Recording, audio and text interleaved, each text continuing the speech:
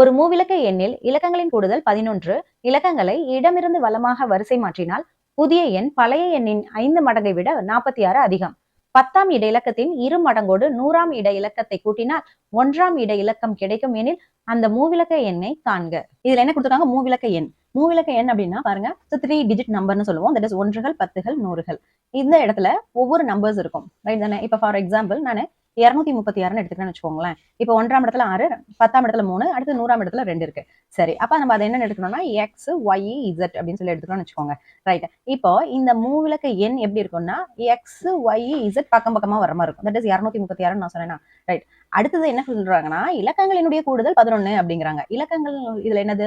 2, 3, 6. இது மூணையும் நம்ம கூட்டணும். அப்ப 2, 3, 6 இதை கூட்டினா நமக்கு என்ன கிடைக்குது? 11 கிடைக்குது. இதை மூணையும் கூட்டினா 11 கிடைக்கணுமா?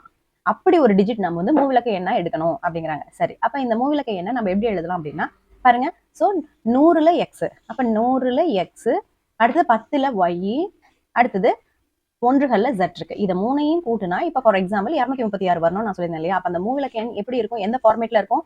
That is 100x plus 10y plus இசட்ன்னு இருக்கும். ரைட். அதன் பின்ன அந்த இலக்கங்களினுடைய கூடுதல். இலக்கங்கள் இதுல என்னது? X, Y, Z. இதை மூணையும் நம்ம கூட்டினா நமக்கு என்ன கிடைக்கணும்? தட் இஸ் ஈக்குவல் டு 11 கிடைக்கணும். சோ இலக்கங்களை இடமிருந்து வலமாக வரிசை மாற்றினால் அப்படிங்கிறாங்க. இலக்கங்கள் என்னது? ஒன்றுகள், பத்துகள், நூறுகள் இருக்கு. அதுல நான் எக்ஸ், ஒய், இசட்னு சொல்லி போட்டேன். இதை வந்து நம்ம வந்து இடமிருந்து வலமாக மாத்தணும்னா இப்படி இருக்கிறத சோ இப்படி மாத்தணும் அப்படின்னு சொல்லிட்டு கேட்டாங்கன்னா என்ன பண்ணுவோம்?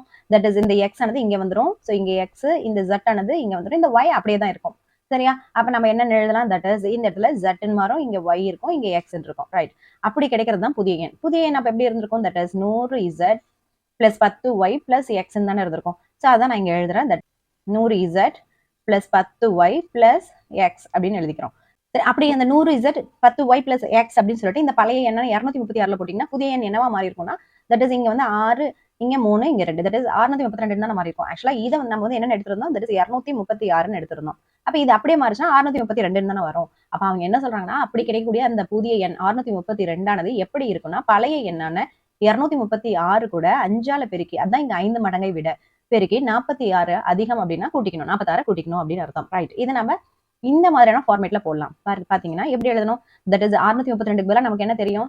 இந்த எண். அப்ப 100 இசட் பிளஸ் 10y பிளஸ் எக்ஸ்ங்கிறது எதுக்கு சமமா இருக்குன்னா 5 பெருக்கல் இந்த எண்ணுக்கு, அதாவது 100x பிளஸ் 10y பிளஸ் இசட்டுக்கு சமம் பிளஸ் 46க்கு சமம்னு சொல்றாங்க. இது அப்படியே எழுதிக்கலாம். இப்ப அதான் எழுதியிருக்கேன். 100 z plus 10y plus x சமம் 5 மடங்கு அப்படிங்கிறனால 5 பெருக்கல் 100x plus 10y plus Z 46 அதிகம் அப்படிங்கிறனால 46 கூட்டிக்கிட்டாச்சு. ரைட். இப்ப இது பாருங்க ஒரு பெரிய ஈக்குவேஷன் மாதிரி இருக்கு. சோ இதை நம்ம வந்து சுருக்கலாம். எப்படி எடுத்துக்கோம்? That is 100 z plus 10y plus x சமம். இப்ப 5ஆல பெருக்குங்க 500x plus 50y plus 5 z plus 46ன்னு கிடைக்குது. ரைட். இப்ப எல்லாத்தையும் இந்த பக்கம் கொண்டாந்துருங்க. That is 100 z plus 10y plus x, இந்த 500 இந்த பக்கம் கொண்டு வாங்க, minus 500x minus 50y minus 5 Z சமம். இப்ப இந்த 46 மட்டும் அதை அங்கேயே வச்சுக்கோங்க. ஸோ 46. ரைட். இப்ப பாருங்க 100 இசட் இருக்கு, இங்க 5 இசட் இருக்கு. அப்ப 100ல 5 போச்சுன்னா 95 இசட் பிளஸ் இங்க 10y இருக்கு, இங்க மைனஸ் 50y இருக்கு. அப்ப மைனஸ் 40y இருக்கு. அடுத்து ஒரு எக்ஸ், இங்க மைனஸ் 500x, அப்ப மைனஸ் 499x சமம் 46. இப்ப நம்ம xy z மாதிரி எடுத்துக்கலாம். That is minus 499x minus 40y plus 95 z is equal to 46. இப்போ இது த்ரூ அவுட்டா மைனஸால பெருக்கும்போது என்ன கிடைக்கும்? Plus 499x plus 40y and பிளஸ்ங்கிற இடத்துல மைனஸ் ஆயிட்டு minus 95 z is equal to minus 46ன்னு மாறிடும். ரைட். நம்ம கிட்ட இப்ப பாருங்க இங்க ஒரு ஈக்குவேஷன் கிடைச்சிருச்சு. அதே போல இதை சிம்பிளிஃபை பண்ணும்போது இங்க ஒரு ஈக்குவேஷன் கிடைச்சிருச்சு. சோ இதுக்கு நேமிங் கொடுத்துக்கலாம் 1, 2 அப்படின்னு. இப்ப இதுல இருக்கக்கூடிய ஃபர்ஸ்ட் கண்டிஷன் நம்ம ஃபர்ஸ்ட் இங்க போட்டோம். மூவிலக்க எண் என்ன, அதுல என்னென்ன மாதிரி இருக்கும் அப்படின்ட்டு நம்ம இதை ஃபர்ஸ்ட் கண்டிஷனா போட்டோம். இப்ப செகண்ட் கண்டிஷன் எடுத்து நம்ம பார்த்தோம். 46 அதிகம் வரைக்கும் இருக்கக்கூடியது செகண்ட் கண்டிஷன். அது வரைக்கும் நம்ம வந்து ஒரு புதிய எண்ணை உருவாக்கி அந்த புதிய எண் எப்படி இருக்குங்கிறது போட்டதுனால நமக்கு செகண்ட் ஈக்குவேஷன் கிடைச்சிருச்சு. ஓகே. அதுக்கப்புறம் தேர்ட் கண்டிஷன் ஒன்று கொடுக்குறாங்க பாருங்க. 10ஆம் இடம் இலக்கத்தின் இரு மடங்கோடு. 10ஆம் இடம் இலக்கம் என்னது? ஒய். அந்த ஒய்யோட 2 மடங்கு அப்படின்னா 2y. அது கூட என்ன சொல்றாங்கன்னா 100ஆம் இட இலக்கத்தை கூட்டினால், அப்ப 2y கூட 100வது இடத்துல என்ன இருக்கு? எக்ஸ் இருக்கு. அப்ப பிளஸ் எக்ஸ கூட்டினா நமக்கு என்ன கிடைக்குதா? 1ஆம் இட இலக்கம் கிடைக்குமா? அப்ப எக்ஸ் கிடைக்குமா? ரைட். இப்ப அதை நம்ம போடலாம். தட் இஸ் அப்ப இந்த ஈக்குவேஷன் எப்படி ஃபார்ம் ஆகும் பாருங்க. That is 2y plus x equal to இசட்னு வருமா? இப்ப நான் இந்த எல்லாத்தையும் ஒரே இடத்துல கொண்டு வரேன். That is 2y plus x minus z is equal to 0. இது கொஞ்சம் நான் ஷஃபிள் பண்ணி எழுதுறேன். That is x plus 2y minus z equal to 0.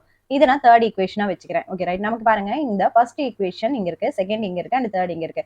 இப்ப நம்ம இதை சால்வ் பண்ணும்போது நம்ம அந்த மூவிலக்க எண்ணத்தை அவங்க கேக்குறாங்க. அப்ப பாருங்க எக்ஸ் ஒய் இசட் மட்டும் கண்டுபிடிச்சிட்டோம்னா நம்ம இந்த இதுல போட்டோம்னா நமக்கு அந்த எண் என்ன அப்படின்னு சொல்லிட்டு கிடைச்சிரும். அதற்காக நான் என்ன பண்றேன், இங்க 1வது ஈக்குவேஷனையும் 3வது ஈக்குவேஷனையும் எடுத்துட்டு நான் சால்வ் பண்றேன். ஏன்னா அதான் மிக எளிமையாக இருக்கு. X plus y plus z அப்படின்னும் x plus 2y minus z அப்படின்னும். ஜஸ்ட் அப்ப நான் இங்கே போடுறேன் பாருங்க. தட் இஸ் ஃபர்ஸ்ட் 1வது ஈக்குவேஷன் எழுதுறேன். 1வது ஈக்குவேஷனை x plus y plus z is equal to 11. அடுத்தது 3வது ஈக்குவேஷன் எழுதிக்கிறேன். தட் இஸ் 3 நான் போட்டுக்கிறேன். ஸோ என்னது X plus 2y minus z is equal to 0. இப்ப பாருங்க ரெண்டையும் என்ன பண்ணா ஜெட்டும் கழியும். ஸோ ஜஸ்ட் கூட்டுனா போதும். அப்ப கூட்டல் போட்டுக்கோங்க. ஸோ அப்ப இதை மைனஸ் பண்ணிக்கோங்க. அப்ப என்ன கிடைக்குது, 2x பிளஸ் 3y சமம் என்னன்னு கிடைக்குது, 11 கிடைக்குது. ஸோ இதை நம்ம 4வது ஈக்குவேஷன் வச்சுக்கலாம். இப்ப first equation second equation consider பண்ணுங்க. இப்ப இதை ரெண்டையும் சால்வ் பண்ணும்போது நமக்கு எக்ஸும் ஒய்யும் டேர்ம்ஸ்ல வர மாதிரி வரணும்.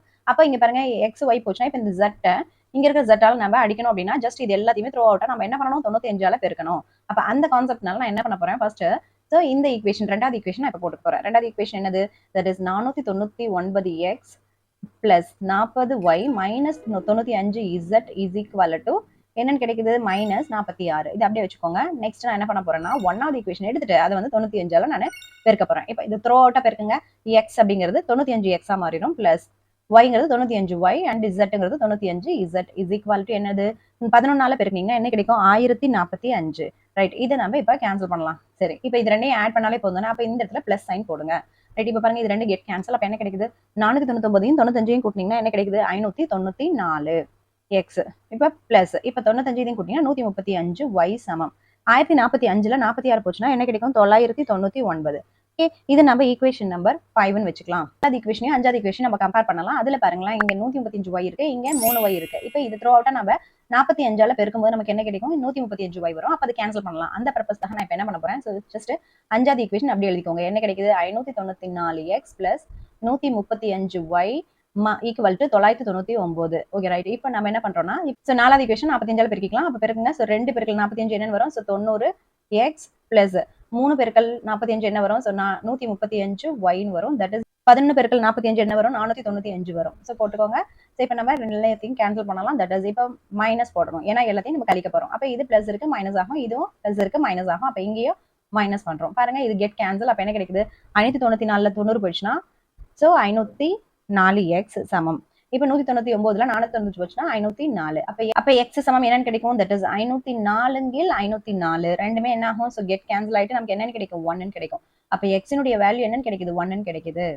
x சமம் 1 அப்படிங்கறத நம்ம கொண்டு போய் 4th ஈக்குவேஷன்ல போட்டோம்னா நமக்கு y-ங்கிற வேல்யூ கிடைச்சிரும். சோ அதனால நான் என்ன பண்றேன், சோ x சமம் 1 ஐ 4 பிரதியிடு அப்படின்னு சொல்லிட்டு போட்டேன். சோ இப்ப பாருங்க 4வது ஈக்குவேஷன் எழுதுங்க. That is 2x plus 3y சமம் 11. இப்ப பாருங்க x-க்கு பதிலா 1 போடுறோம். 1 பிளஸ் 3y சமம் 11. ரைட். இப்ப பாருங்க 2 பிளஸ் 3y சமம் 11 அப்படின்னா சோ 3y சமம் இப்ப 2 அந்த பக்கம் போச்சுன்னா 11 minus 2 that is equal to 9. So y is equal to 9/3 that is equal to 3. அப்ப y உடைய ஆன்சர் கிடைச்சிருச்சு. தட் இஸ் ஈக்குவல் டு 3 அப்படின்ட்டு. இப்ப நம்ம கிட்ட x இருக்கு, y இருக்கு. x சமம் 1 அண்ட் y சமம் 3 இருக்கு. இத கொண்டு போய் நம்ம இங்க பாருங்க ஃபர்ஸ்ட் ஈக்குவேஷன்ல போட்டோம்னா நமக்கு என்ன கிடைக்கும், சோ z ஓட வேல்யூ கிடைச்சிரும். ஃபர்ஸ்ட் ஈக்குவேஷன் என்ன, x plus y plus z is equal to 11 தானே. இப்போ x க்கு பதிலா 1, y க்கு பதிலா 3 plus z is equal to 11. அப்ப z is equal to 11. இந்த 1 ஐயும் 3 ஐயும் கூட்டினீங்கன்னா 4 இந்த பக்கம் வந்துச்சுனா -4 that is equal to 11 4 போச்சுனா 7. அப்ப z னுடைய மதிப்பு என்னன்னு கிடைக்குது, 7ன்னு கிடைக்குது. சோ அப்ப அவங்க என்ன கேட்டிருந்தாங்க, அந்த மூவிலக்க எண் என்னன்னு கேட்டிருந்தாங்க. அந்த மூவிலக்க எண் எப்படி இருக்கும்னு நான் சொல்லியிருந்தேன். That is 100x plus 10y plus z. இங்க நம்ம கண்டுபிடிச்சு வச்சிருந்தோம்ல, அது போல தானே இருக்கணும். அப்ப கட்டாயமாக நம்ம இங்க பாருங்க, நம்மளுக்கு x 1 y 3 z 7 அப்படின்னு சொல்லி கிடைச்சிருக்கறனால அந்த மூவிலக்க எண்ல அந்த 100x plus 10y plus z ல கொண்டு போயிட்டு இந்த வேல்யூஸ் எல்லாம் நம்ம போடணும். அப்ப 100 × 1 10 × 3 7 அப்படின்னு போட்டாச்சு. இப்போ ஒரு 100 தான். அடுத்து 3 10 30. அடுத்து 7 அப்படியே போட்டுக்கோங்க. இப்போ இது எல்லாத்தையும் கூட்டினா என்ன கிடைக்குது, நமக்கு 137 கிடைக்குது. அப்போ ஹென்ஸ் அந்த மூவிலக்க எண் என்னன்னு கிடைக்குது, 137. இதான் நம்மளுடைய சொல்யூஷன்.